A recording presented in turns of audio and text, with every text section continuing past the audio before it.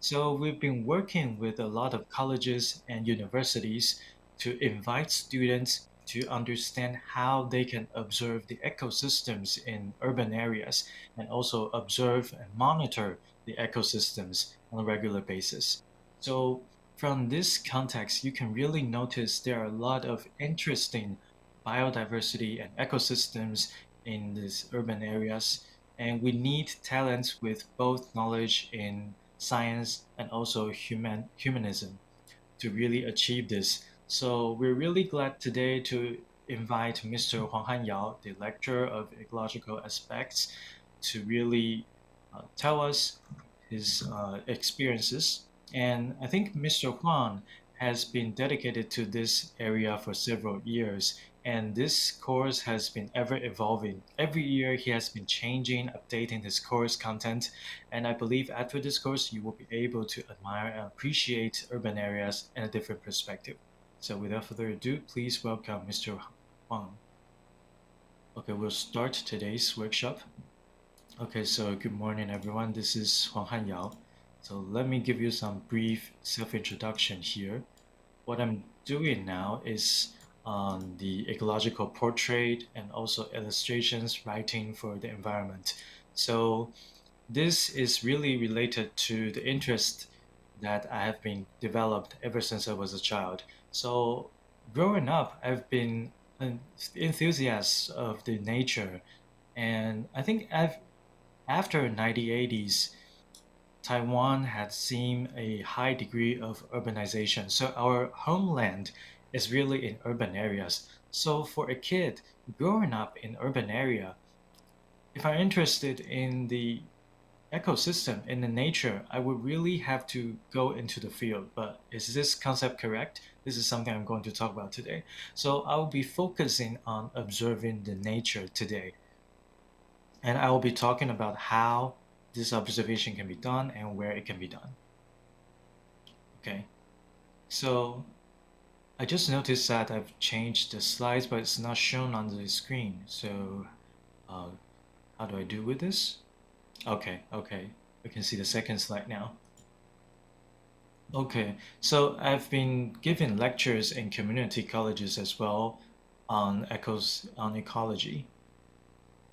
And to conduct an ecology course, it can be a single way of teaching where I stand up on the platform and speaking to you, but it can also be an interactions in a more multimedia way. So for example, here we have this picture or this painting that is painted by students in the community college. So we co-created this painting together.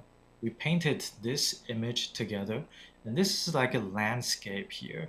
And what you can see here is that on the bottom left side, you see the urban landscape that you may be familiar with. And there are other parts that you may not be that familiar with. For example, you see forest on the upper left-hand side, and on the upper right-hand side, you see farmland. So where do we define urban or city? We have this river flowing in between, and then you may think that, okay, the city is located to the south of the river. But in this co-creation here, we try to really describe a new concept here. It's an interactive activity here. So what we want to convey here is that, let's say we have eagles and also other kinds of giant birds who lived in the city, in the forest. And these birds, do they only live in the forest? For example, we have this giant bird here. When he wants to hunt for food, he can fly over the sky above the city. So sometimes even in a city, when you look up into the sky, you will see some eagles and other birds flying all the way from mountains. So the area of movement is really covering the entire area of this painting. And then for human, do we only live in the city down below here? Not exactly. On weekends, we can be visiting the forest, we can be visiting the farmland. Well, and during the pandemic, we may be staying in the apartments, but where does our food come from? they came from, for example, the upper left-hand side, upper right-hand side of this painting here. And where do we get all these supporting materials or supporting activities to soothe our pressures? We can be taking pictures in the forest, and then we can see some of the news reports from this ocean and also farmland and the forest. So we receive information not only inside the city, but also from the outside, from the forest, from the farmland, and everywhere place else. So this here comes the question here. Where do we live? Where do we define the city? Well, actually, the entire area can be part of the city. So in geography, we have this concept of planetary city. So it means that the entire planet is really part of the city.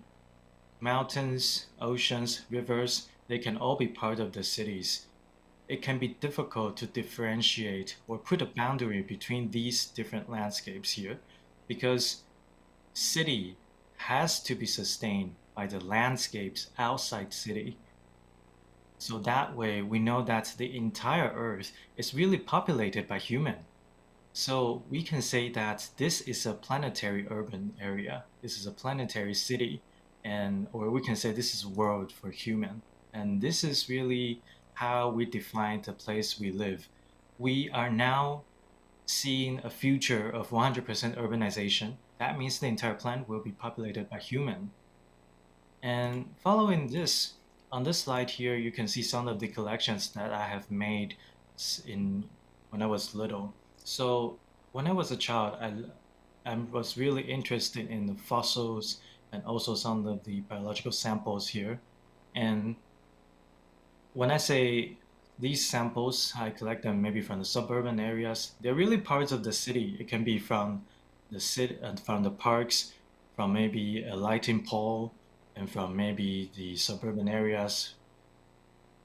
And this is where, on the right-hand side, you can see this is a note that I've made in 2002, back when I was in grade 6 in elementary school. So I started to visit parks and then trying to collect the seed from a street on the side of the road in a park. So I try to describe the structure of the seed here. It's like an urchin. You can see the structure. It's like an urchin.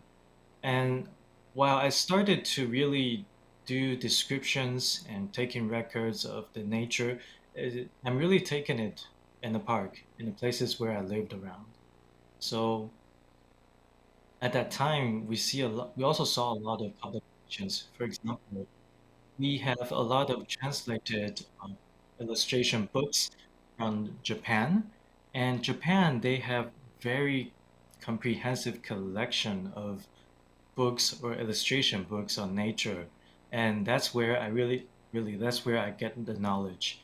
So as I take a look at the collections that I have made, or as I share this with you, you can see that a kid living in the 1990s or 1980s can also take notes of the nature. They could also observe the nature. So are they observing the city or the nature? I would say it's a nature. It's in a park, right in the middle of a city. So this is why I would like to share with you my experience in making natural observations in a city. So if we can accept this concept here, on the upper hand side, if we accept that the nature is a museum itself, we always say that nature is it encompasses all kinds of things. And going into the nature, we can try to learn what kinds of plants it's here in the forest and what kinds of landscape this is. And they all help us know more about the nature. So nature itself, it's a museum. And if we can accept this concept, then down below here, we have this picture where I cut it off from a newspaper. And you can see all of these apartments, windows, frames, and also we have a lot of human activities here. We have restaurants, we have transportation here, we have all kinds of cultures, living cultures here. Can it also be a museum here? I would say it actually provides an equal amount of information or even more diversified information compared with a forest. What we need is a person to guide you, to tell you how you can observe the city.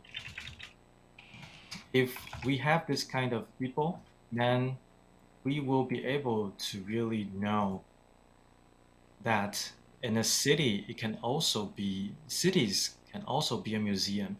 It's just that it involved a lot of human activities, human constructions, but still, these environments, they can be observed. There are a lot meant to be observed.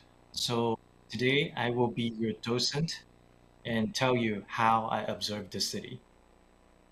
So what we can see here is that in addition to walking to the streets, we can also look at the city that we live from an eagle's eye view. So really here we have Google Map or Google Earth here. For example, we live in Da'an district. There's a Xindian River here. And what you can see here is that on Google Map, we can see a lot of routes and also landscape here. This is an observation made from a larger scale. So in addition to just looking at the map and trying to understand the routes here, what can we also do here? Well, we can remove the routes here first. If we remove the route unit here, you can see that these routes, they are not randomly drawn or randomly arranged. They are really corresponded to the streams, to the landscape, and the landscape shape the way we arrange the routes. You can see these really boundaries of the city. So of course we can't just build a road that penetrates the mountain or penetrates the river. So we know that all of the cities on the road have roads and streets, and the way we build houses can be similar. We have similar styles of architecture, but if we take a look at the cities on a higher elevation from satellite, we can see that the landscape really fits the local topography.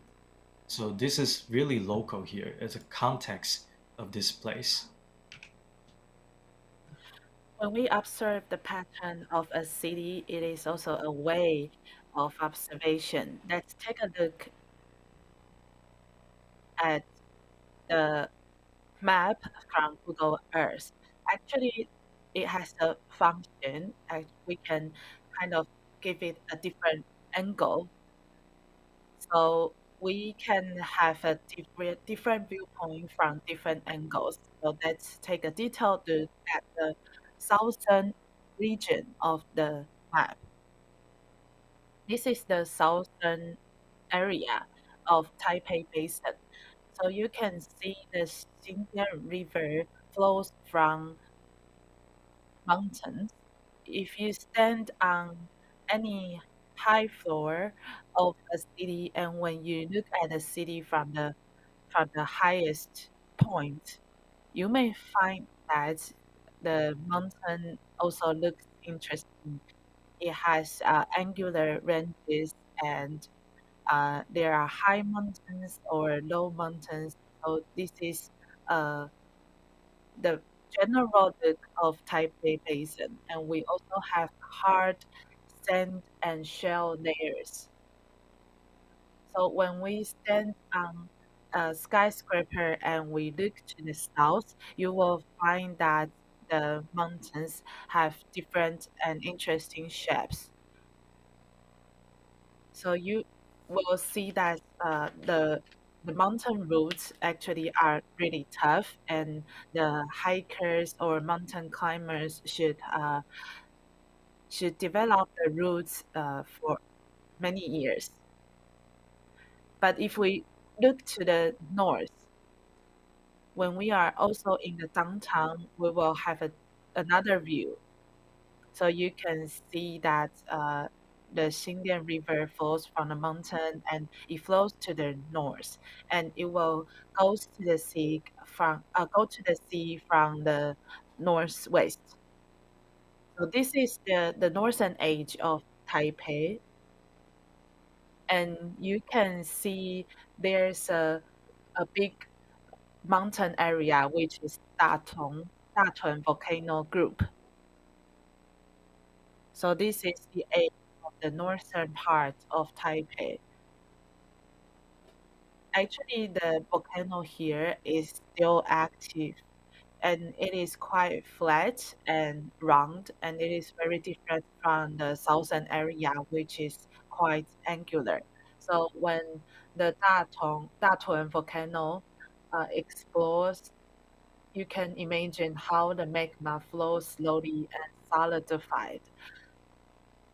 So that's why the hydrology is like a fan.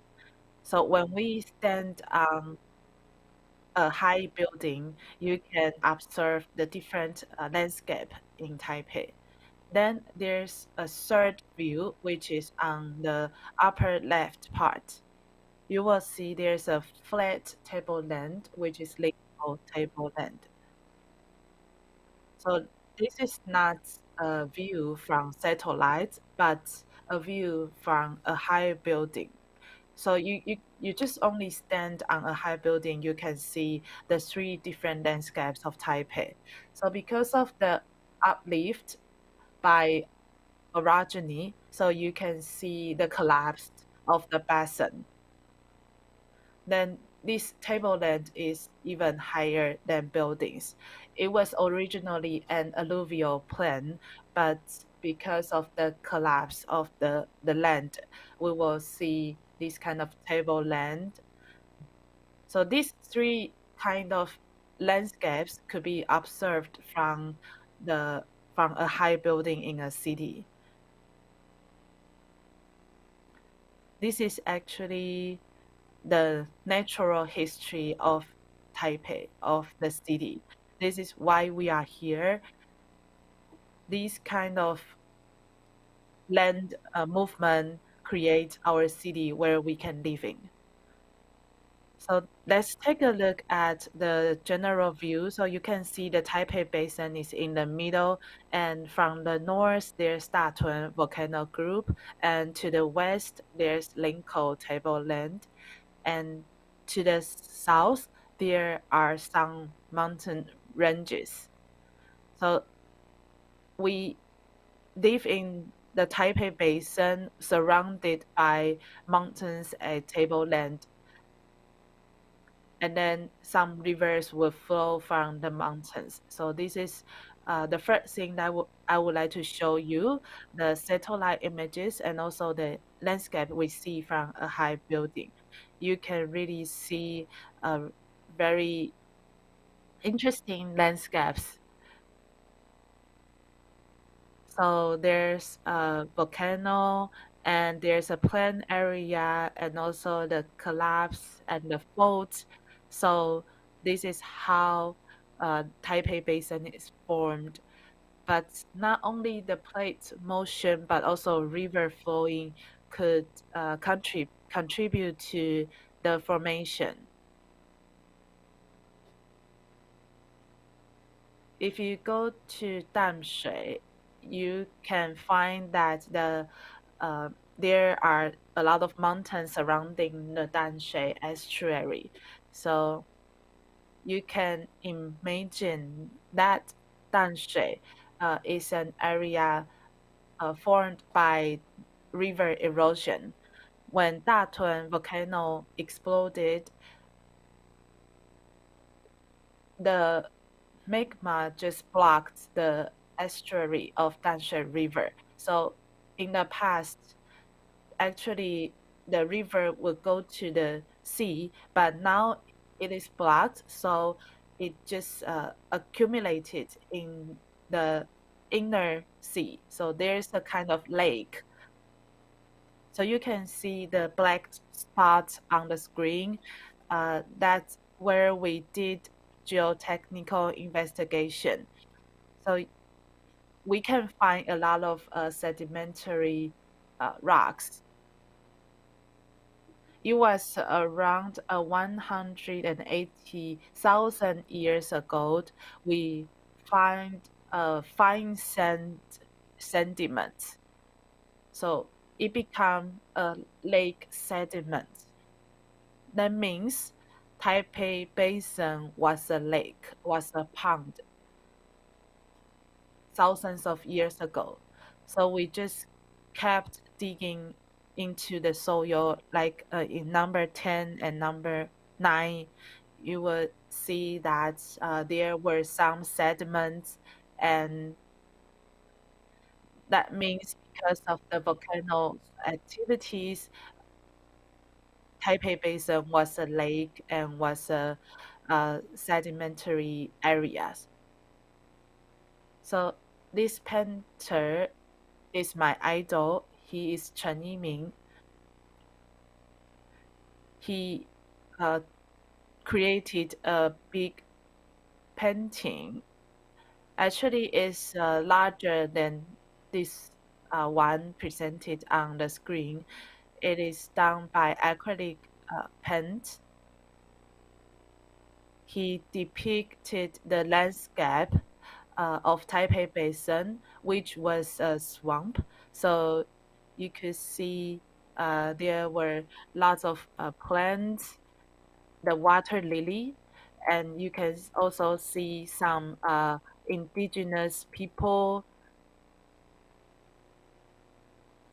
the Katagalan people, and also from the farthest part is the Datun volcano group. He put the volcano group in the farthest place, which also means that this kind of mountain blocks the flow of the river. You can see that this painting is 2 meter times 1 meter size. So it is confirmed that Taipei was a swamp, and also a salty swamp. So as I mentioned, the Damshe River eroded the surrounding lands, and also many sand and mud were accumulated in that area, and many rivers would like to go out to the sea. So when river could go to the sea again and the swamp disappeared, this area became another river areas. So there was the Glaciers Era, and the water level would change. When the water was frozen, the sea level just declined. At that time, the river erosion became more powerful. So when river just flows through the channels, and it was easy that the sea would come into the land relatively. So that's why Taipei Basin was formed, because of the powerful erosion. So this is how Taipei Basin was formed, because of this kind of history. We can see some plants as evidence, especially in Zhishan Park. There are some seaside plants. So maybe in the northern part of Taipei Basin, it is like a bay or a lagoon. So many seabirds would come, or some indigenous people would row a boat and do some fishing activities. So there will be some remains of shells and some plants along the coast. So when you go to the Zhishan, you may find this kind of plants still in the park. So this is the history that showed Taipei was actually beside a sea. Then we can look at the soil liquefaction potential map. This is important because when an earthquake occurred, the soil will be shattered, and it is easier for the soil to be liquefied. So now we are closer to the southern area, so we are not at the high risk area. So you can see the high potential area, which means that soil liquefaction may happen. So these swamps and lakes and ponds were still there, but they are down in the ground, in the underground. But when an earthquake happens, it is very likely that they may emerge to the surface. Then we can look at the metro system. So the metro is built underground, and you can see the orange line here.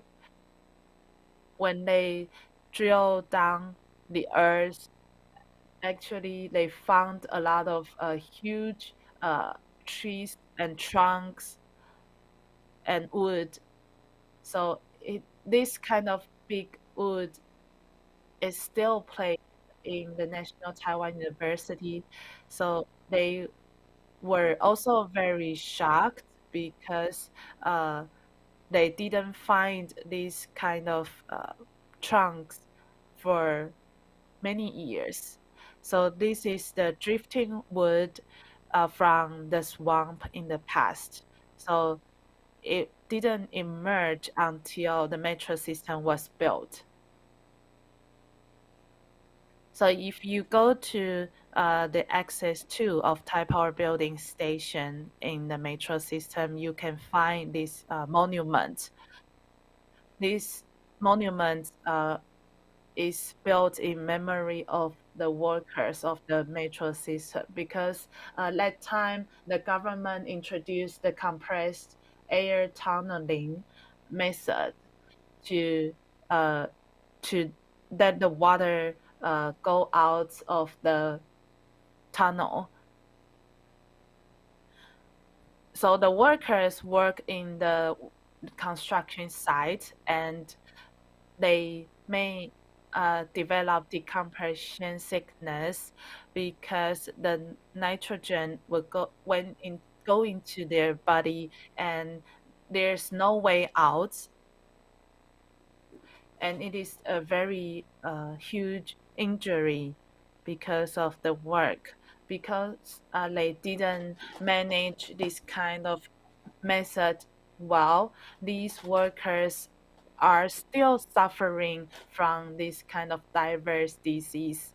So actually our metro system is built upon these workers' pain. They have to deal with the underground water environment. So the swamp of Taipei just flow into their body, which cause them pain. Okay, so if we take a look at the ancient world, can ancient world have an impact on our modern life? Yes, they set the foundation for our modern lives here. So you see this ancient Taipei link, sometimes they can just be rediscovered down below the metro system or inside the body of the workers. So if you take a look at the geological history, there are a lot really to be discovered here. And then I think another thing here we would like to share with you is that there's another place that shares the same geological history with the Taipei Lake. So at the estuary of Danshui River here, we have a preservation area here. And the preservation area is not a designated preservation area anymore now. So here we have this Guandu plant here, and here the government tried to undesignate this preservation area because they think mangroves here, the mangrove forests here, should be removed. There are too many mangroves there. So in the past, really, this is a plain area of fresh water, and then we have a lot of farmland here on the Guandu Plain. So you see endless farmland, rice paddies along the Guandu land. And right now, you will see only few farmland or rice paddies in Guandu Plains now. So a few incidents influenced the existence of these farmlands. So on the upper stream of Danshui River, it's the Xindian River. And then on the upper stream of Xindian River, we have this Feicui Reservoir. And this construction of the reservoir decreased the overall flow of the Tansu River. And then, because in the past we have a lot of flooding, we have a lot of floods, and the floods, the cause of these floods is that in the past we have this farmland and rainfall or precipitation can just go down into the soil through the farmlands. But right now, as we have a cement jungle here, rainwaters can't really go down into the soil. So this is why we see floods in urban areas. And under this this era of extreme climate or extra heavy precipitation, flooding can happen more frequently. So we've been trying to emphasize the importance of permeability of the land. So right now, as the government is trying to working on to really increase the flood prevention functions of the river, they try to exploit some part of Danshui River here. They try to make the river broader. They use bombs to do so. They try to really repel or try to really release the water faster. But sometimes in doing so, you can also see intrusion of seawater as well, because you have tides in Tanshui area in the estuary part, and then you would see sometimes intrusion of seawater. So this is why we see salinity increases in the farmland in Guandu Plain. So farmland started to decrease, and then later on, some of the farmland turned into really duck farms. So there's once a business activity here about the production of duck eggs. So later on, these soil here, they are used as construction materials to build houses because it makes more money than just growing ducks and producing duck eggs. So this is why we're seeing these farmlands making transformation, and they are deserted ones and then used as construction materials later on. But right now we see water birds. They really like this part where the seawater and also the freshwater meets. So we've been seeing a trend here. More and more migratory birds are staying in this estuary part. And then we see this is also a trend for bird observation in the world.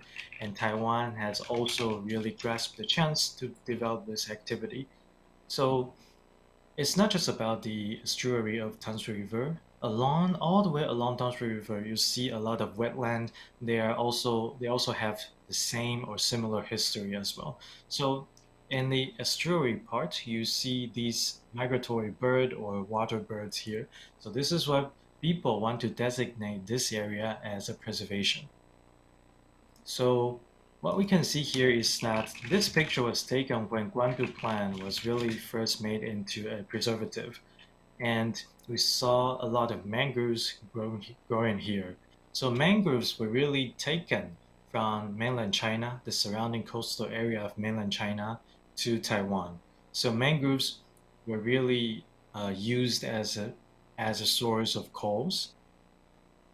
And also they have this function, they have this protective function.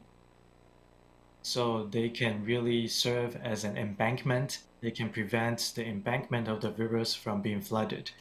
So this is why people started to grow mangroves here. And in the past, Tanshui River has a high flow volume, and they're able to sustain the growth of these mangroves.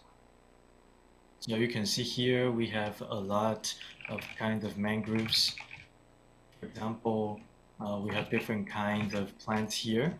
And then when the water volume, the flow volume is high enough, their seeds will be taken towards the sea, towards the ocean, and then the mangroves expanded. But later on, so we see an expanded areas full of these Candelia obovata. So these mangroves started to reproduce, and then really the wetlands that we want to preserve for water birds or migratory birds were then occupied by these mangroves.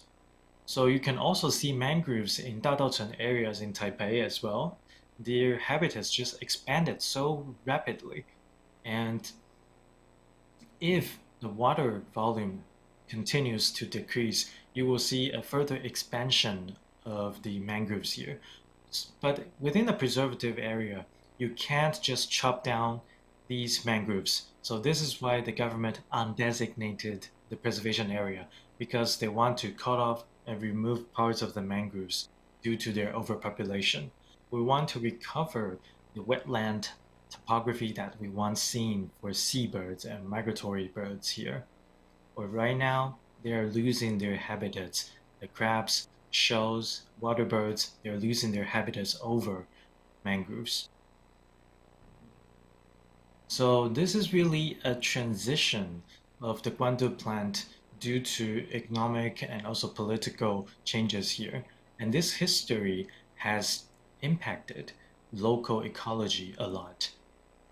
So it also, and this area also have these educational functions as well. In the past, we said that, okay, in Tan Sri Estuary, you will see mangroves. It's an important landscape. We've been trying to promote the functions of mangroves, but we forgot the importance of also other creatures as well. So this is why I try to brought this up. Sometimes the urban development strategies, plans, they can lead to changes in the landscape. And this estuary of Tan Sri River is a great example here. So we should observe really the ecosystems in city areas, in urban areas with the same perspective here. So landscape or ecosystems in urban areas, they are closely connected and intertwined with human activities. They are not just 100% natural here. Maybe we can just call them an environment, not the nature, because, and I would say environment is important. It's an important target for observation. So as you observe the environment surrounding you, you will see different kinds of environments.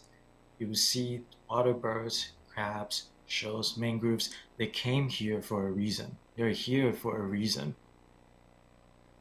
And right now, what we want is to preserve this early part of the history. So as we mentioned, natural history is important focus of us. And then if you take a look at this for urban jungle here, you see that we just talk about mangroves, their expanded habitats. And then here what you can see is that these urban jungles are expanding their habitats as well. So what's the reason behind this? What's the history behind this? Why do we have these villages and also cities? They came here, they're here for a reason as well. So let me start with some of the parts that's really closer to our daily life. So for example, you're seeing that down below here, or on the upper hand side, you have these triangular constructions. You see these kinds of buildings a lot in the Taipei Basin. The reason is that as we try to arrange the development of city, of course, we try to make every city area in a rectangular ways. It's the most ideal way, but as I said, we have to conform to the landscape, to the topography of the city as well. So for example, if the house is situated beside a hill, then of course you will need to arrange or accommodate the shape of the houses based on the landscape or the river. So what you're seeing here is that this is a triangular landscape here. So this is why we see a lot of triangular constructions in the city as well. So it's really caused by the flowing rivers across the city. And in the past, we see a lot of automobiles or cars running on the road, but later on, as our concept changed, we want to reduce carbon footprint and want to increase more bicycles here. So you see some of these shared bicycles in the city as well. And also, we said we want to reduce the use of cement in urban areas. We want to avoid the increase in heat in the city as well. So sometimes the changes in the policy would also contribute to changes in landscape as well. So sometimes we have to make reconciliation or compromise with the new mindset. Sometimes we may not, but their interactions here really impacted or lead to a unique landscape of each city. And the changes of city landscape here, they are just like changes of the natural environment as well. So as a result, they created different kinds of habitats. So people want to increase their habitats to the maximum, and then their habitats can look differently. For example, we talk about, do we need more wetland or habitats for mangroves? And this is the same as in the city as well. We all try to increase our habitats, and different habitats can interact within the city as well. And this is a picture book or an illustration book here that I want to share with you. So you see pigeons here, and pigeons are really like the wild animals in the city. And what you can see here is that pigeons, originally, they have their own species. We call them rock pigeons because they live on the rocks or the hills in the nature. And why do they came to the city? That's because we love pigeons. So as time went by, they became part of the landscape of the city. But pigeons did not only live in the cage. There are a lot of wild pigeons living in the city as well. And a few decades ago, really the feeding of pigeons were popular in Taiwan, and we have this gambling activities based on pigeons, and we have these dormitory or the cages for pigeons on top of buildings. But later on, these pigeons, they really flew away and ran to maybe suburban areas. So as we mentioned, these pigeons, originally they were called rock pigeons. They like rock on the hills. So where do they live now? Well, there are a lot of cements. There are like rocks here for the pigeons. So this is why we are seeing a lot of pigeons here once you open the window, or you can also see nests of the pigeons on the windowsills as well. So you see these Homer pigeons, they are really becoming the wild species here again. So there was a study. So on the left-hand side, it is the natural area, like forest. And in the middle is the rural area or some farmlands. On the right-hand side is an urban area. We think that wild animals would like to live in the nature, but actually there are some wild animals in a city. So there are two hypotheses. P1 was one hypothesis. When we live in a city, the wild animals uh, are also in the city, and most of the places in a city are not suitable for them to live. So we will see that many animals would just go to the park, and they are all living in the park. So just like the image here shows, their green spaces would be decreased because of the urban development. So the second hypothesis is saying that we have to expand the green spaces to accommodate these wild animals. But the hypothesis also said that there will be a decrease in the wild animals because they have to move around and move a far distance to find their habitats. So they did a survey on birds. So which one is really more suitable in reality actually is P1, the hypothesis one.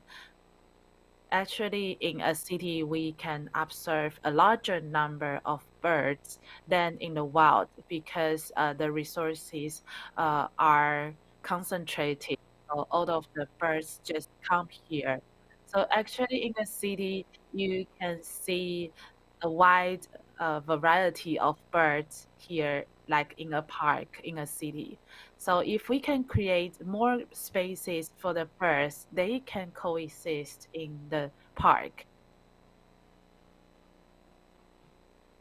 Now I'm going to share with you my personal experience. So there was this kind of a small house outside of my house. So it was made of a steel sheets and also some iron materials. So in around May and June, we can see a lot of termites coming out of the walls. So and also there was a street light, and all of the termite would just go to the lights, and you will see a large amount of termites. And because they are small and they shine under the light, I was really impressed because it was in May and June, and it's a rainy season. So it is also a season for bird breeding. That's why I could notice this kind of phenomenon. And also, I found drongo, a kind of bird. It could fly very powerfully. Its tail could change to various directions. So it can also catch flying insects. So it is like a shark in the air, and it would catch the termites. So soon after, I saw that the jungle made a nest nearby. So you can see that on one electrical wire, you will find a nest of jungle. It really loves to build a nest in an open space. If there's a fierce animal, fierce bird coming here, this jungle would attack them. They would protect their nest area. So actually, a lot of fierce birds could not really beat jungle. So they just survive in the city. In the morning, under the nest, we can even notice a lot of cicada. So we can see the belly and wings of the cicada around the nest, just underneath the nest beside the street light. So it is a really magical, interesting view in a city. On an electric wire, there was a food chain formed around these birds, cicada, and termites. And after several years, some street lights were turned into the LED light. Actually, this wavelength is not accepted by the insects. They are more sensitive to uh, ultralight, the UV light. So I could not see this kind of thing where termites was flying around the light, like to have their wedding ceremony or other activities. And because there was not there was no termites and jungle could not find their prey. So in that summer, nothing happened. But this was also a good news because the electrical wire were demolished. So the nest just dropped, and I just pick up the nest and I put the nest in my house. So this kind of house was also turned into a more modern one. So these termite could not live around the new kind of buildings. So this kind of urban scene disappeared. But I was still really impressed. So in this this urban area, like a desert, you can find many habitats. Especially in Taipei City, the green urban plan actually is doing quite well. You can also find pigeons because they could find the rocks and walls for them to live around. But now it's almost the end of autumn. When winter approaches, many migratory birds will come into a city. So this kind of birds would like to live in the grass, but it is also easy to get nervous. So when people come, they also need some grass or tree bushes to hide. So if there are trees and grass, pale thrush will come. So there are a lot of this kind of species which would be really active in these kind of green areas. So just as I mentioned, the phenomenon of termites, cicada, and jungle, if the migratory birds come to the green spaces, it will form another landscape. So if a city has appropriate design of green spaces or some other layouts, the birds would just come. And I remember that in my grandfather's house, uh, we have planted golden shower of butterflies. Actually, they are really beautiful, and you can see there are some yellow blossoms. And I found that my grandfather's golden shower of butterflies do not blossom, but there are other uh, creatures like worms. They would just feed on the leaves. So not not long after, I found three spots grace yellow. They just fly around my house, my room, and when I open my window, they will fly to the golden shower of butterflies. Actually, these kind of butterflies come from India. They originally live in mountain. Because we plant golden shower of butterflies, we can see three spot grace yellow in an urban area. So these butterflies are small, and I will just let them fly around our garden. So as there is no yellow blossoms of golden shower of butterflies in my grandfather's house, but there are three spots grace yellows, so which also add colors to the scene. And I also see emigrants. It is also very beautiful because there are some yellow or green colors on them. Because of the urban design or the landscape structure, there are many exotic creatures, butterflies, and they also benefit from our urban landscape. In Taiwan,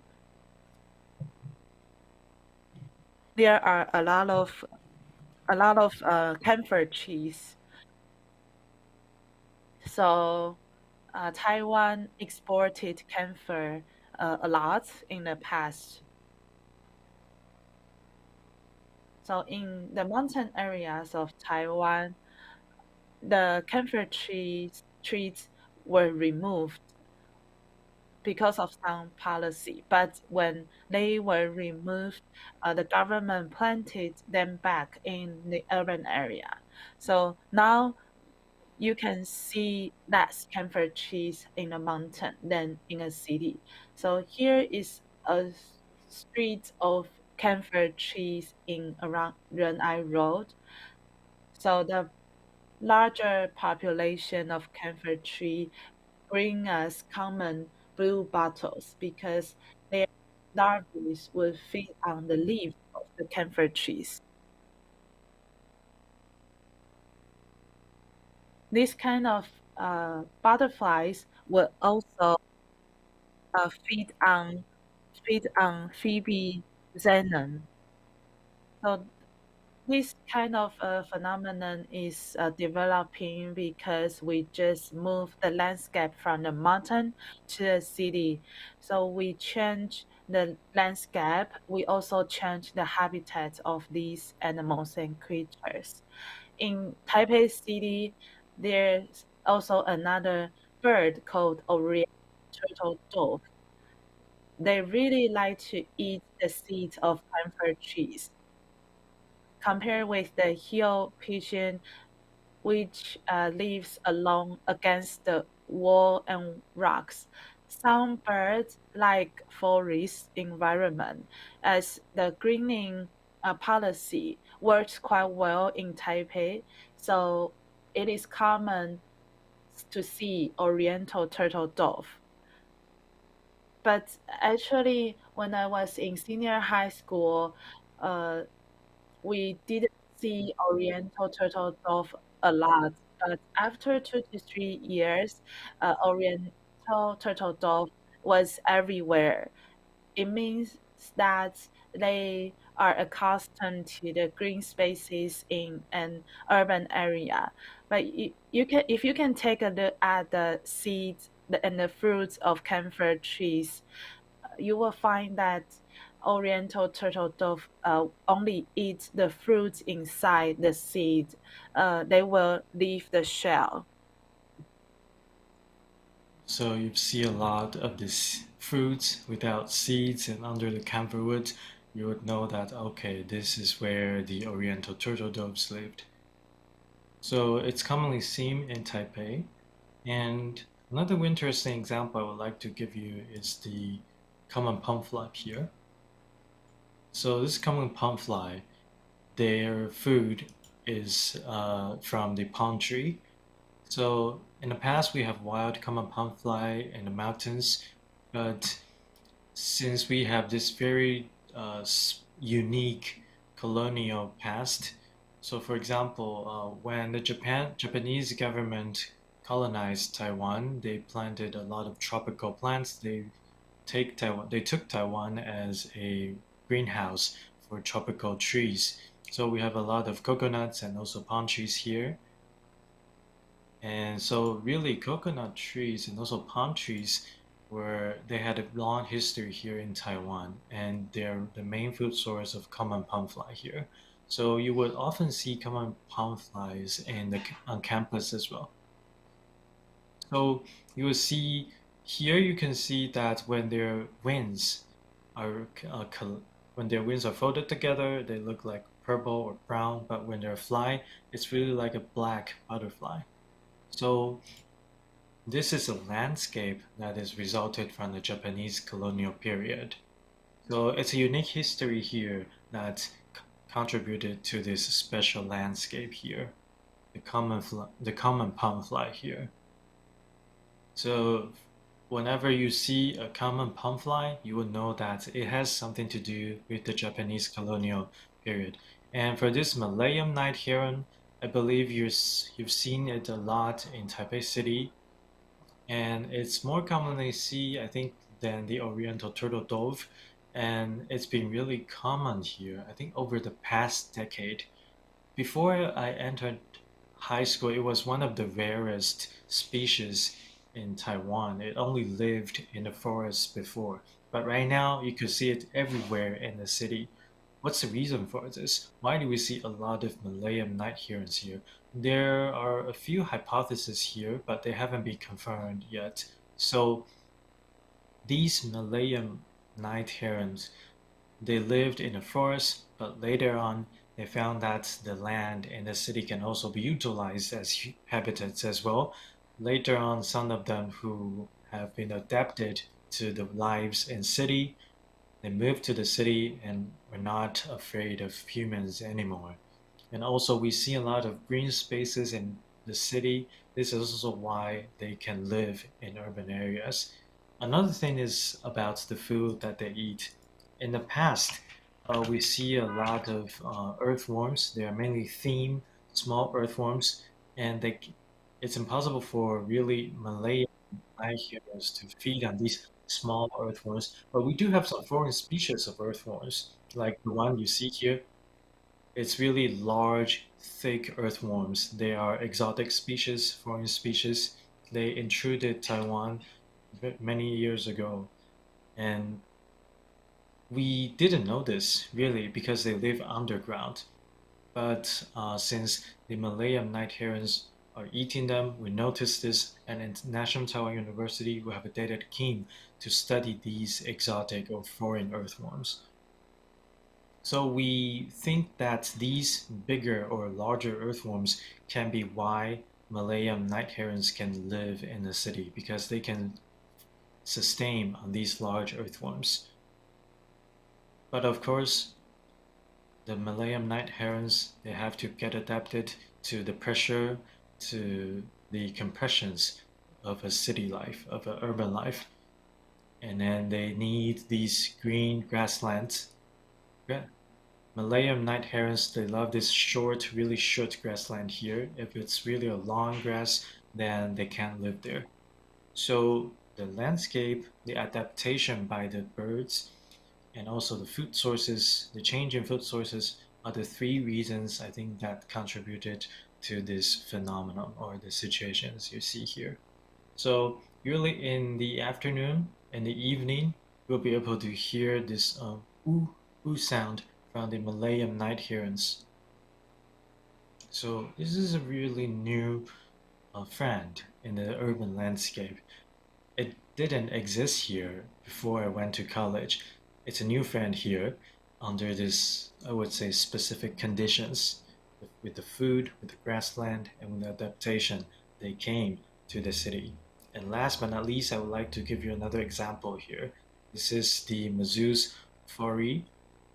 You can see this kind of plant a lot in Taipei, Ilan, and also Keelung areas in Taiwan. So Mazus fori, it's one of the wildflowers that I knew the earliest. So it's really a very common or a very obvious wildflower here. So we have different kinds of Mazus flowers here, but the most common one you see is the Mazus fori. So fori here is originated from a botanist in French. So in this botanist, you see his sculptures because he collected a lot of the plants and flowers from Taiwan and studied them. So you can see this Mazus fori is first discovered along the Xindian River, and when the botanist from Fori visited Taiwan long time ago, of course he found it in, I would say, in the nature in suburban areas along the river. It's not in the city yet, but what you can see here is that most of the time the plants you see on the grassland, they are mainly exotic or foreign species. So under this competition of all flower and plant species around the world coming to the grassland, Mazus fori won and populated on the grassland here. So they only live in northern Taiwan. I think the reason is that we have the northeastern monsoon in the northern Taiwan. So in winter, we see rainfall here, and Mazu's Quarry, they rely on high precipitation all year around. But in western and southern Taiwan, it's dry season in winter, so this is why you don't see Mazu's Quarry in western and also southern Taiwan. So Mazu's Quarry, they're common in Taipei, in Yilan, and also Keelung. They can survive and thrive here, and they can also compete with other foreign species. And in spring, you will see they bloom. You will see a diversified colors of blooms, flowers here. So for Mazu's Quarry, they lived on the grassland. But if the grassland is removed, where do they live? Well, in the past, we may not have these grasslands, but we do have farmland. We did have farmland before.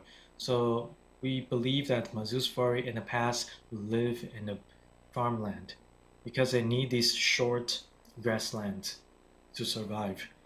So they should be living on the farmland in the past. Oh, what about life before even farmland existed? Well, we have to get back to the story of Fori.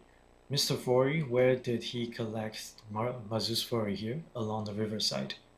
So as river flowed by, they usually we don't see a stable I would say vegetation along the embankment. So only short grass can grow on the embankment. So this is where Mazu's Fori lived at the beginning. So this native species originated from the embankment of rivers, or the embankment of the ancient Taipei lake. They moved to farmland and then moved to the urban areas. This is the transition of Mazu's Quarry in terms of their habitats, and this is a transition that took place for hundreds of thousands of years, and it lived through several stages of history and came to the world that we live now. So I'm just trying to mention that it witnesses a lot of cultural stages, historical stages in Taiwan. And in modern society, you would also see a lot of animals living in the cement jungle as well. So this is a picture I took in a convenience store, 7-Eleven here. So I found this toad, the toad family here. You know that the 7-Eleven, the convenience stores, they run 24 hours a day. So the building they rent here, this is really the frame for the gate. So why do the toads live here? That is because for these for these iron rolling doors, since the convenience stores run 24 hours a day, the door is never closed. So they can always live here. And at night, the light is also a source that attracts the toads. So you see these small caves here on the frame of the door. It is a perfect habitat for the toads, as long as people don't really shove them away. If really the clients don't shove them away, they can live here for a long period of time in a modern architecture and a modern construction. And also we're seeing some of these swallows here as well. So you see these swallows, they've been living with human society for thousands of years. And what you can see here is that in Taiwan, we have a lot of these arcade buildings or buildings with arcades, and swallows only build their nests in the arcades or down below the arcades. It's commonly seen in Southeast Asia. So swallows, they like arcades a lot, and the only risk living here is that their nests can be removed by human. But in Taiwan, most of us like swallows because we believe that swallows bring good luck to the family. So this is why people usually don't remove the nests of the swallows here. So we know that there could be some of the feces the feces of the swallows falling down. So sometimes people will put iron tin boxes down below to take all the feces. And in the spring and all the way through summer, you will see the chirping sounds of these swallows, and they will be looking for food in the city. I would say they can be eating these termites, mosquitoes, and some kinds of insect like this in the city. So every spring, every summer, we see these swallows. And then I think in August every year, if you go to the Ugu wetland or maybe the Tanshui estuary, you will see these little swallows who just grow up. They flow, they fly to the estuaries, the wetlands, and fly all the way southbound to the Philippines, to Australia. They fly all the way south. These swallows can fly very far away to the south. You will see millions, tens of millions of swallows really flying around the sky above the estuary and wetland, ready, and they're trying to get ready for flying or migration to the south. So this culture of swallows, they blend with the urban culture that we have. The places that build their nest, the places that get trained to fly, are all within the city. So swallows, it's an important neighbor of humans, and their food sources are from the city as well. So for example, you see mosquitoes, insects along the river, or in the wooden houses, you see termites. Then they would all eat these insects. So as you observe the swallows, you are observing the city as well. So swallows, they don't live in the mountains, they live in the cities. So one question here that I would like to bring to your attention. As we see a lot of animals living, or plants, creatures living in the city, these animals can often find their food sources in the city. For example, we have these ecological ponds, we have these ecological gardens, and then as we plant these plants to feed the animals, do we call this artificial feeding up? Or let's say that when we feed a squirrel in the park, is it acceptable? Is this a human intervention here? How do we define feeding behavior as friendly or not? So we created a really predatory environment or hunting environment for the animals. So as we plant the flowers for the butterflies, as we give the squirrels peanuts, are they friendly or not? Are these behaviors friendly? Personally, I think the difference is when we feed on butterflies, we will do some research on the living environment in the wild for the butterflies, and we will simulate that environment in the city because what we do is totally for them. But how about squirrels? Do we really do research on their food in the wild? Like peanuts is a food, a kind of food that they are used to. But as we keep developing our industry, are this kind of feeding behavior friendly for them? Sometimes if we stopped this kind of behavior, it does not mean that we are not allowed to be close to them, but it is because this kind of feeding behavior is not friendly for them. And this kind of behavior will also prevent them um, from taking other food. So maybe in the future we can develop a better menu dedicated for squirrels. But right now, I would say our feeding behavior is not friendly to the animals. Will cause them some troubles because currently we only feed squirrels. If we don't feed other animals, other insects, it will cause imbalance. To some extent, this kind of feeding behavior is not friendly either. So we have to think about how to sustain this behavior. So many people would like to coexist with the animals, and some people like dogs and cats and would like to keep them in the urban area. So this is also what we need to think about, because we kind of breed many dogs and cats in to a large extent. Is this really friendly? Because some people will help rescue these stray animals, but is this action really friendly to them? So here, the movie 12 Nights about the stray animals and how we treat them.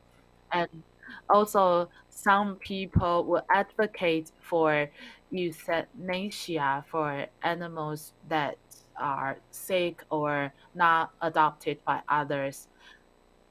And also, some other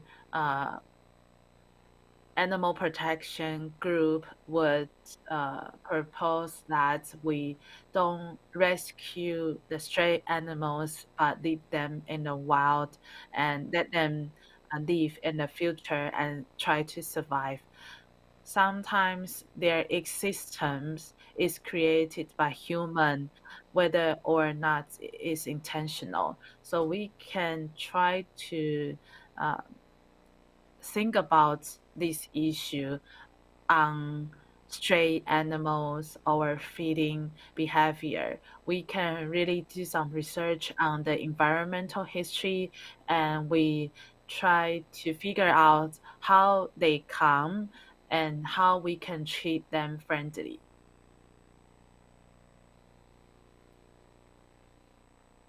Next up, it's a flame gold rain tree. This is the last example that I would share with you in a city. It's a very beautiful tree. Now it has a lot of yellow blossoms, and soon after they will have pink blossom, and after that there will be some fruits and seeds like this. It is very amazing. So you can see in the tree bushes in a city there are many seeds of flame gold wren trees, because it is very light. So when wind blows, it will just be blown all the way to the bushes. Actually, flame gold wren tree grows on the slopes in the eastern and southern part of Taiwan. And Taiwan, especially Taipei, is home to the population of flame gold wren tree. On each and every street in Taipei, there are a lot of flamingo wren trees that have been planted. It is like a trend. It becomes famous in a city area because it has different colors in 4 seasons. So it is like a trendy uh, action. After the 1980s, the government had planted this kind of tree in a large amount. So I can say I am the generation of Van Gogh rain tree. To some extent, these trees have influenced our aesthetics about an urban area. So there's a kind of a stink bug who really loves trees, these kind of trees. But some other people don't like these bugs, so they would just remove these bugs. And also another bugs called Tesseratoma Papilosa Jory, who loves lychee. And so some people also don't like these bugs, and they will use some kind of pesticide to remove them. In fact, we really love flame gold rain trees. We even hold a festival of flame gold rain trees because it is native to Taiwan. We create we created a landscape of flame gold rain trees. So there's an illustration book called Goodbye Small Forest. It appears that the characters also are really interested in the flame gold rain trees. The story talks about the child really likes this forest and explore in the forest. It is an exploration of urban area. Because of urban development, this forest was removed and the child lost the forest. He just collected the seeds of the flame gold rain trees and would like to grow this forest again. So, in fact, people really like this kind of tree landscape in a city.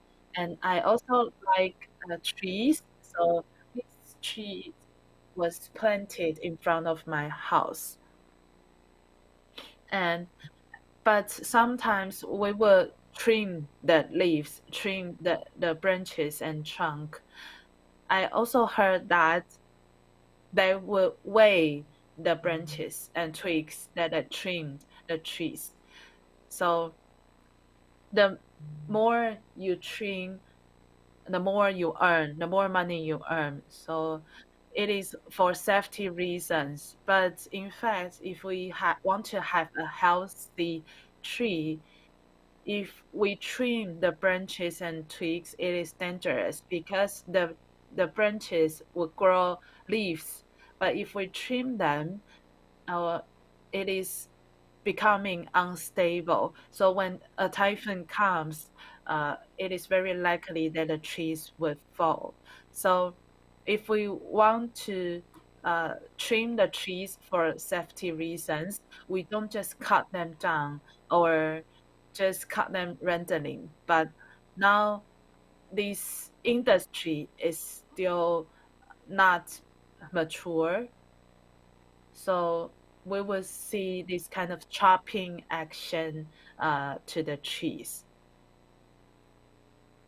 Though the trees will still grow, but their structure is damaged, and this may cause more hazards.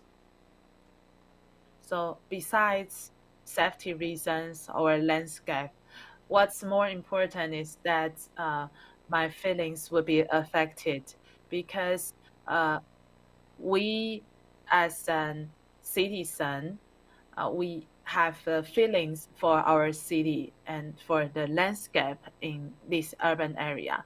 So this will come down to psychology because our mood is dynamic against this kind of landscape. So this kind of landscape would also push you to care more about the landscape. If they are damaged, they are removed, we will also be influenced because we are also part of the environment. So there are some frustrations, but these frustrations also serve as an opportunity for us to care more about our surrounding environments.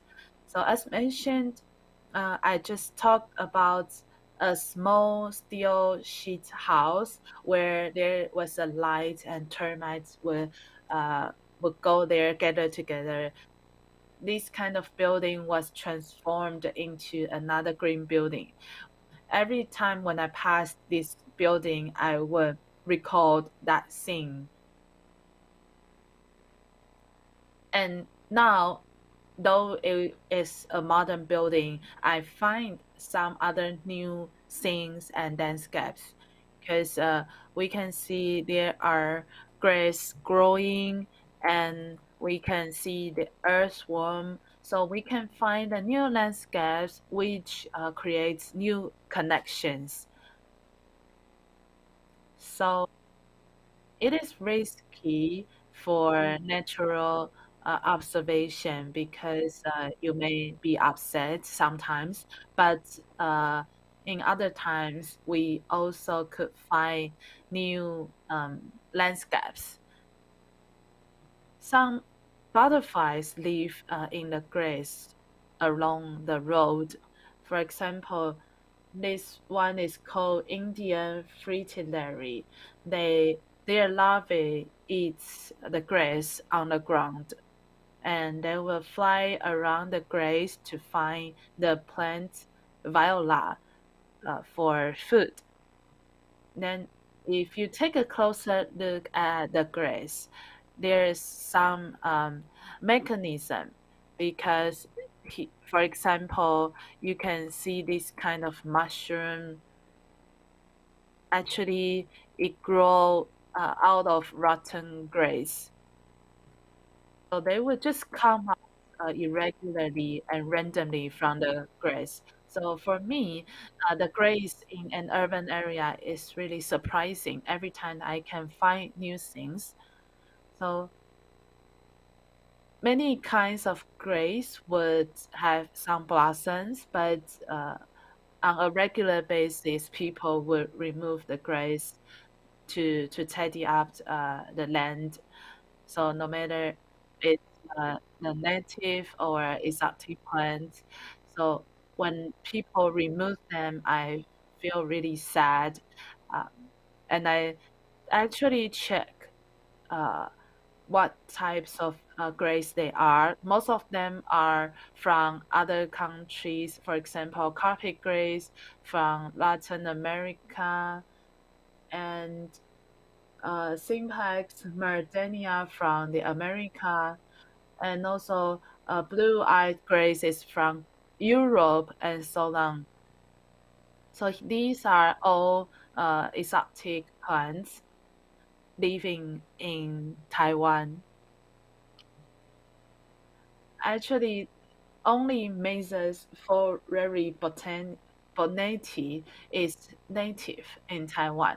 Other plants are introduced from overseas. But when I know more about them, I feel that I'm glad because they are strong. Because of the removal, they can grow inside the grass.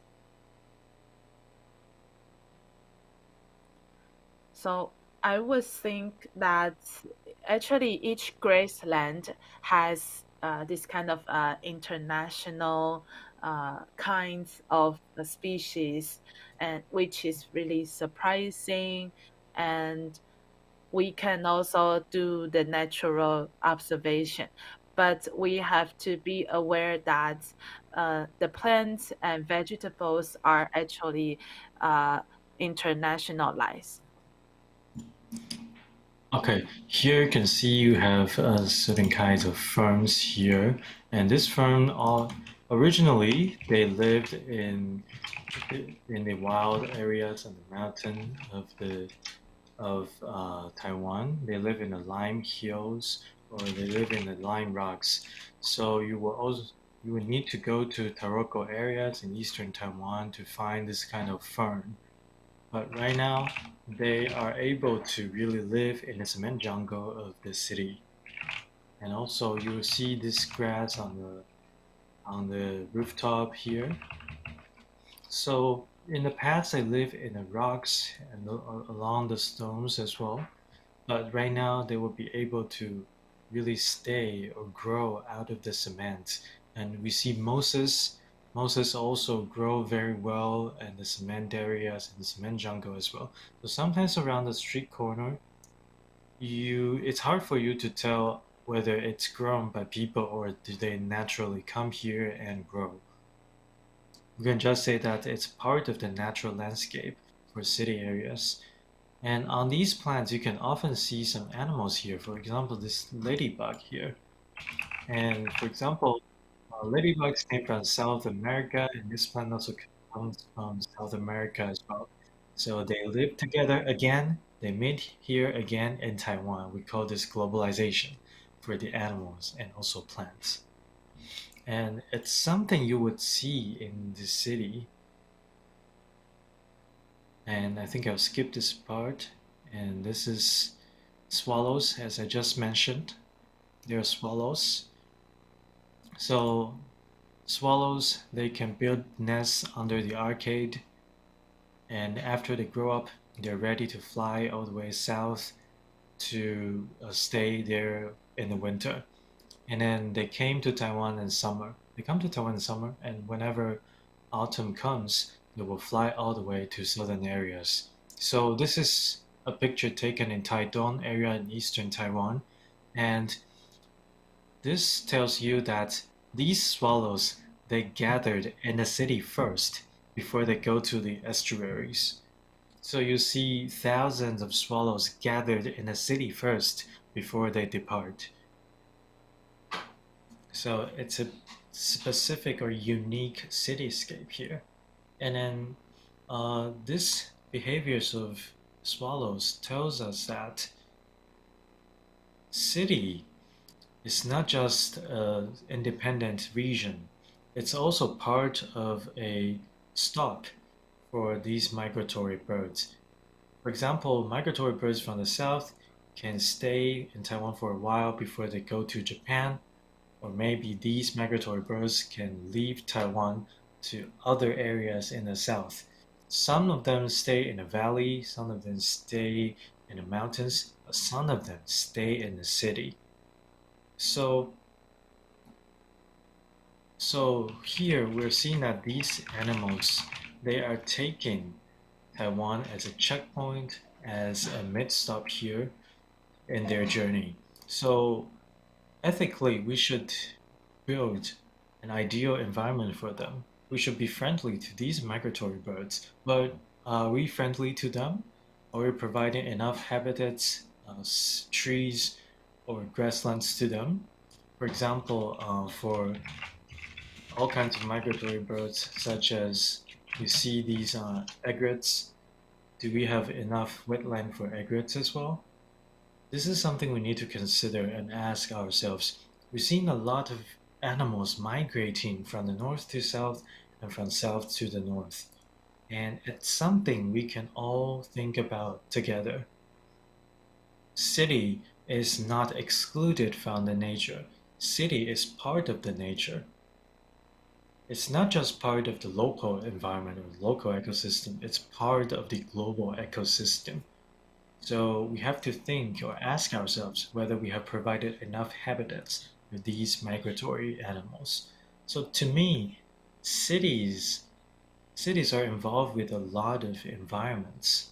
And as I mentioned, our food sources, water sources, all come from the environment surrounding us. For example, we build reservoir to get water, and then we change all the landscapes down in the middle and downstreams as well. And we want electricity, so we establish the powerhouses or power plants, and then we may be removing wetlands for these wind power turbines. So this also changed the landscapes here as well. So does city impact these landscape, wetland, the beaches? Of course, yes. We impacted the forests as well. So, for example, here we have these. If we don't really remove these terraces or terrace fields, and for farmers, then we won't have these food. Then we need to import, for example, soybeans from Africa, from America. Then, of course, we avoid changing the landscape in Taiwan, but the landscape in America and maybe Europe or Africa can be changed. So As we are supporting these individual farmers, we're also helping their business activities as well. But if we're changing an agricultural or farming village and want to establish a power plant there, it could also change the landscape here. So really, every place is closely connected. No one can be excluded from this interaction of human activities. Don't say that this is a result of capitalism and I'm not part of the capitalism. It's impossible. We're all closely connected with each other. All human activities impact each other. We can't live without cities. So that's why we said we have this planetary city or planetary urban area here. So this is why I said the global cities around the world are closely interconnected. For example, we see some of these devices, high-tech products, they can be produced somewhere else in the world and then maybe uh, assembled here. So following this, how do we make closer connection with the environment here? Well, with the remaining time I have, I would like to share with you another example. So this is an example from New Taipei City. When I was teaching in the community of colleges, it was located on the left-hand side of the Xinyang River. So Taipei City is situated on the right-hand side of the Xinyang River. And on the left-hand side, you see this New Taipei City. It's the Zhonghe and also Yonghe areas. And these two areas, I would say, they belong to the new Taipei city now. And then they're the most densely populated districts, the two districts in New Taipei City. And what you can see here is that we have a plan here, and we have several natural river areas or river systems here.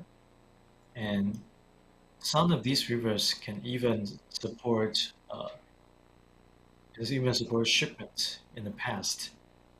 But right now, most of these rivers and streams are covered and they are buried down below the roads that we are driving and walking through now. So in the past, these roads can be a stream, a brook, or a river. And right now, the only river we're still seeing is the boundary between Zhonghe and Yonghe districts. It's called Guayao Go or Guayao Ditches. And in the past, you could see ships driving or sailing on Guayao Go. So Guayao Go became why did this Guayao Go become a tunnel now or a ditch now? So usually they get their name from the way they flow. For example, it's from the south. They call it Nanshan Go, like the ditch from the southern mountains. And what about Guayaco? Well, their source is from fountains. So in the past, we have these fountains or springs, and the old name of this Guayaco is Tanshen Go. It means a ditch that gets sourced from the spring. So right now it's called Guayaco. The reason is that in the past, along the ditches, you see all farmlands here. And of course, as time changed, you can see that these soils are collected to build bricks, to build houses. So the whole landscape changed. The soil was taken away to produce bricks. So this is why we have this Wayako, or we can say it's a tile ditch here. So as I teach in the community college, I visited a lot of these ditches and also channels in Zhonghe and Yonghe districts. And I built some of the relations with these ditches and channels. So, as I mentioned, if you want to observe the environment in the city, we have to change our perspectives. We have to observe how our lives interact with these ecosystems in city. So, how do we connect with the environment? It really started from our everyday life here. So, let's take a look at Zhonghe and Yonghe districts here. Well, I would say Zhonghe and Yonghe districts, they are highly urbanized areas. You see, they are just regular cities you would see, and the mission that I received was to let these community inhabitants to walk along the Huayago, the ditches, the tile ditches. But really, all the way along the ditch, the channel, there are parks, grasslands, and you don't see a lot of plants or animals that belong particularly to this channel or ditch. You see parks, you see houses, apartments along the ditch. So what you can do here, what we did at that time is that I let them to walk across the ditch and to observe the lives of people here. So what did we observe here? Well, we saw a lot of things here. We saw a small farmland here, and we saw a parking lot. We saw parks, and in the parks we see people walking their dogs, and also we saw nurses, or maybe these are caregivers taking the elderly. So what we saw here is that in Zhonghe and Yuzhou areas,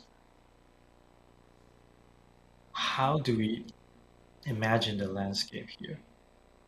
We saw a lot of traffic here, but along the ditch, the tile ditch here, as we can't build houses on or above the ditches. So what do we do with them? What do we do?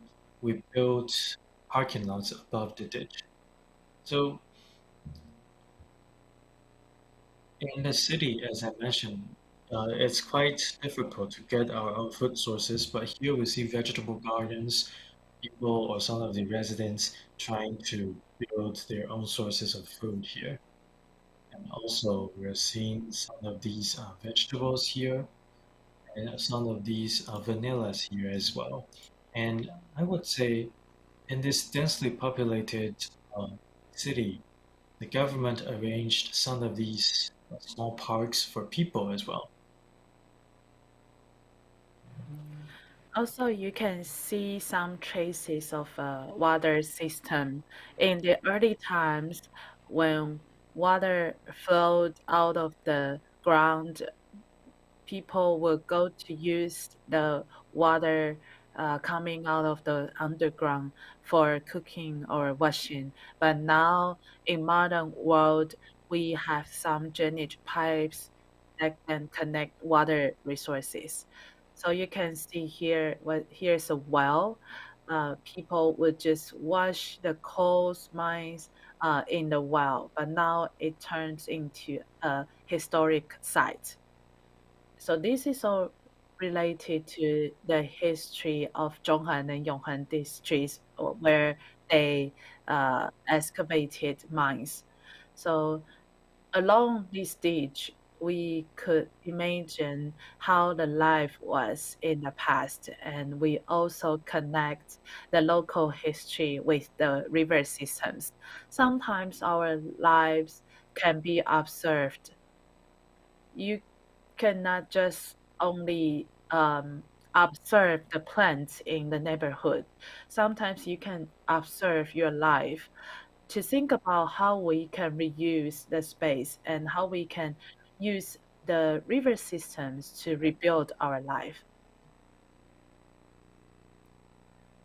This is what the ditch looks like. It is just a drainage ditch, and you can see the park. Some elderly and some children are using the park.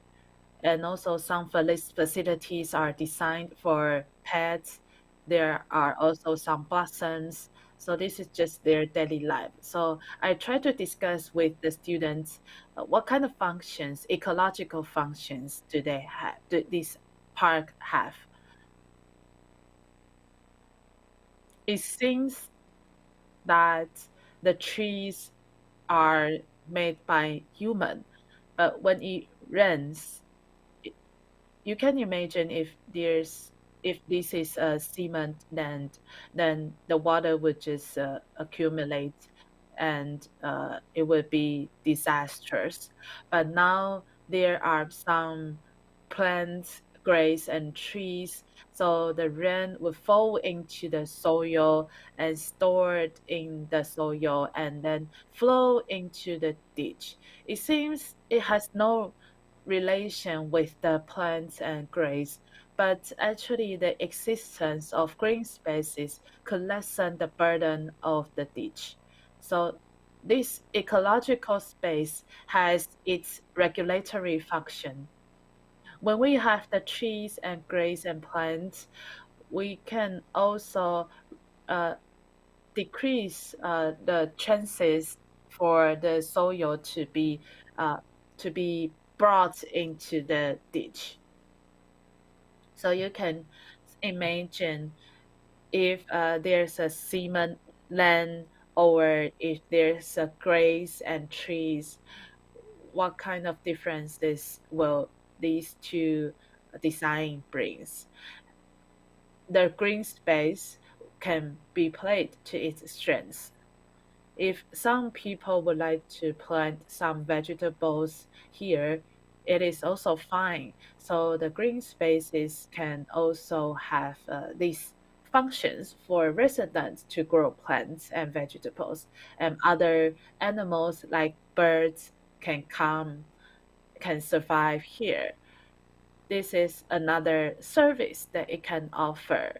So if we can find how we can uh, use it properly, it, we can really benefit from the nature. So this is my perspective. This is my view towards the nature. You can try to think about what it has to do with your daily lives. So you can really reconstruct the area and uh, make it better to your life.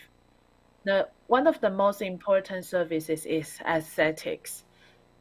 When we see it, we will feel great. So this is also a process of art creation. Can draw and remind people that this is beautiful. They can appreciate this kind of thing. We also held some online courses so that the green spaces can not only serve the people around in the neighborhood, they can really reach other people outside of this area. I also created a course for people to design plant specimen. Sometimes it may not be valuable for research, but it has its ecological value. We can build connection with plants and we will further express our concerns toward the environment.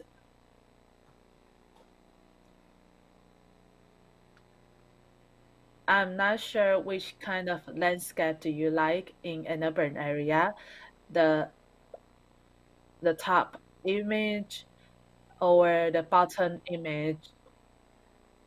Personally, I like the bottom image. Though it looks noisy and uh, full of stores, it is convenient and it is a place for connection and exchange. Everyone will go to the convenience store to buy anything, no matter how much you earn. So it is kind of a mix of people of different levels, of all levels. So in Southeast Asia, many restaurants, many local food restaurants will gather together on one street. So if we introduced this kind of street layout in Taiwan, all kinds of people could mingle and exchange ideas, which is beneficial for social development because we can mix different kinds of people from different background. Lastly, I don't know if you have your own way to observe your city, but let me share with you an example. An illustrator draw a map of dogs from a child's angle. So a child go to school, and on the way to school, the child will see many stray dogs. So how can the child go in order to avoid those stray dogs? So when a child opens this illustration book, they have to find a way to go to school without meeting the stray dogs. So it is also another approach to observe the city. I was indulged in Pokemon Go, and it was quite random because in my neighborhood there was a rarely seen Pokemon. So everyone would come here to find these Pokemon. And I find that many people from different backgrounds will come together here for this strange reason. But actually, people of different groups and different ethnic groups come here for this kind of virtual landscape. It is a one-time thing and randomly to promote this kind of mix. I'm not sure if you have your own memory about a city. This image came from a very famous novel. So one of the masters just pieced together the memory in his childhood. Although all of the scene was almost not there in the modern world. For example, the bridge was removed, but in the master's memory, it is there forever. So I'm not sure if you have your own memory, you have your own image about the past life. There was also another movie named The Skywalk is Gone. The female and male leading characters met on the skywalk, and after several years, the female leading characters would like to find uh, her lover on the skywalk, but she found that the skywalk was already gone. So they could not meet each other because they didn't know where each other was. So I consider this kind of thing was a part of our environment because the city landscape would change, and uh, what we care about may disappear in some time, but we have to continue to build new connections and discover new things. After this observation, we will take action and we will create a world that we want it to be. So this is all come down to us. What do we like our environment to be? Through observation, we can keep asking ourselves this question. I hope in the end, when the planet is all urbanized, we can still create the ecological conditions that we need, but this really requires a sensible perspective. I actually published an illustration book called Black Spot on Fences. Actually, I am talking about ants. The ants lived in their habitats on the waste fences. They built their nest and found their food. But one day, their food source, which was the plants, the tree, was removed because they feed on the insects on the leaves and trees. When the tree was removed, what should they do? They found other food because they found many other food on the fences, so they can continue to survive on the fence. It is just like people living in a city. We feed on many kinds of things. If we don't uh, observe it carefully, we may feel upset and lost, but since we can develop a wide range of perspectives, we can build more connections and we will know more about what our life should be. So, in terms of consumption or uh, electricity use, or what kind of animals or creatures you would like to care about, or what your life would like to be, speaking of food, accommodation, and so on. First of all, we have to open our eyes and give a detailed observation in our city. Maybe one day we will find a way to develop a city that we really want to live in. So this is my views on the urban areas. Actually, there are a lot of observation methods. I hope that you can find your own way. So this is a way of natural observation for an urban child. So this is my presentation. Thank you very much.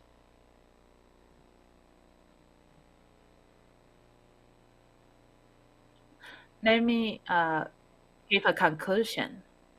Or if anyone present has any questions, or if you are shy, maybe you can approach the speaker in lunch break. Or if you feel that your question is really valuable for to share with the audience, then please raise them. Okay, so hello. I have a question here. So for these wild animals in the city, so how do we define them? So for example, do we define them as native animals? Because native animals, we have different strategies to feed them and also to preserve them.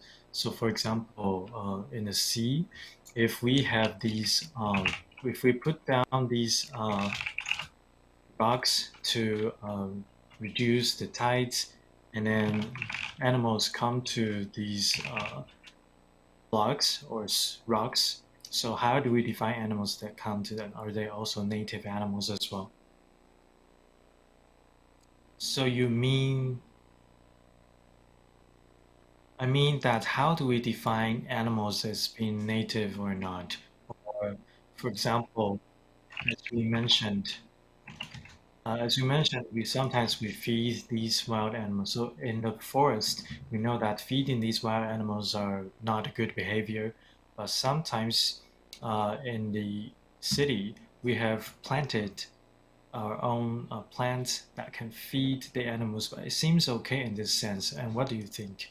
Well, personally, I would say let's try to remove all the labels here.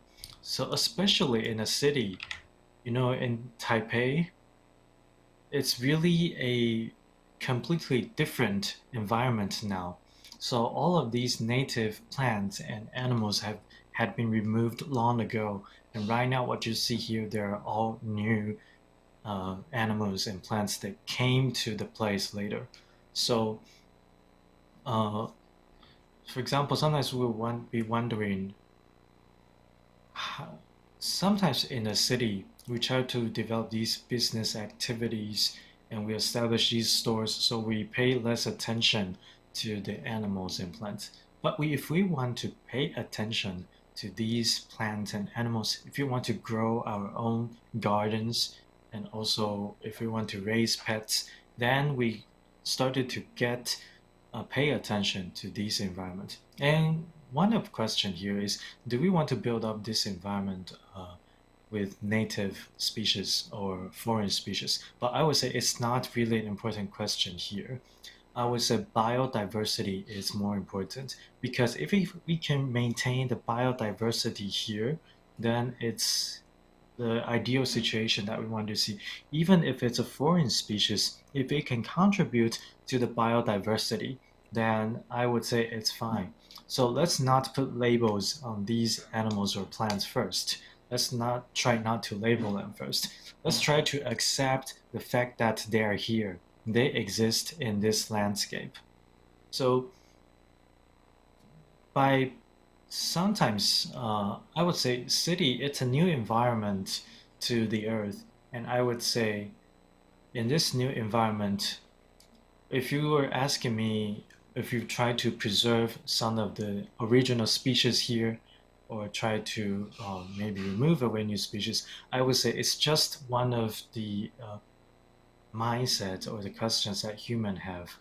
And in my opinion, if foreign species can contribute to the biodiversity that we want, why not? Because we are all new here, and all species, foreign or native, they're new here as well. If they contribute to that biodiversity, then I would go for it. I would support them. But if these foreign species, they expand to the wild, and then they endangered the biodiversity of the nature, then of course we need to pay attention to that. We need to take actions. We need to maybe cultivate foreign species or species with lower risks. So it really depends on what they do to the environment. Let's try not to put labels at the beginning. And then I would say, as we talk about functions of these plants and animals, it involves a lot of aspects here. Okay, due to time restriction, I'll try to summarize our training for today. So we focus a lot on the ecosystem in city, especially in Taipei City, where we are more familiar with. So sometimes we keep asking ourselves whether we have these native species here or foreign species, should we keep them? But actually we have to understand that the whole landscape here in Taipei, they're new. They're not the most original landscape that we saw many, many years ago. So these landscapes, they are really produced or influenced by human activities. And as technology advances, as our businesses advances, the landscape changes as well. So here with this training, we would like to give you a broader perspective, a broader horizon here. So city is not just city itself. It's not excluded from the nature. It's part of the nature. It's part of the broader ecosystem. And at the same time, we have these minor and more complicated ecosystem here. So I believe that Mr. Huang gave this lecture first back in 2015. And over the past few years, as I participated in the training every year, the content has evolved as well. Because over the past few years, Mr. Huang has also made different observations in the environment and other cities as well. So I believe our perspective changes as time goes by as well.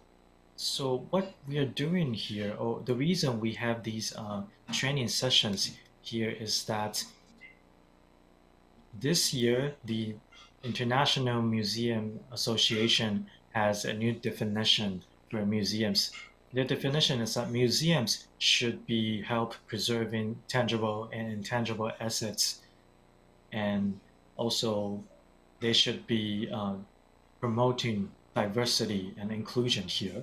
So these workshops, these training sessions are really trying to give you an idea that they are part of the landscape, they're intangible, they're part of our memories. We want to preserve them. And then if we can observe them or view them in a different perspective, if we can view the city or the nature in a different perspective, then this is really closely connected to our new definition of the museum and also the new concept of natural history here as well, or the post-nature theory here. So we have a lot of issues that we can discuss. So I believe all of the workshops and also training sessions are worth listening to. So please stay tuned, and we would like to thank you again, thank you again, thank you.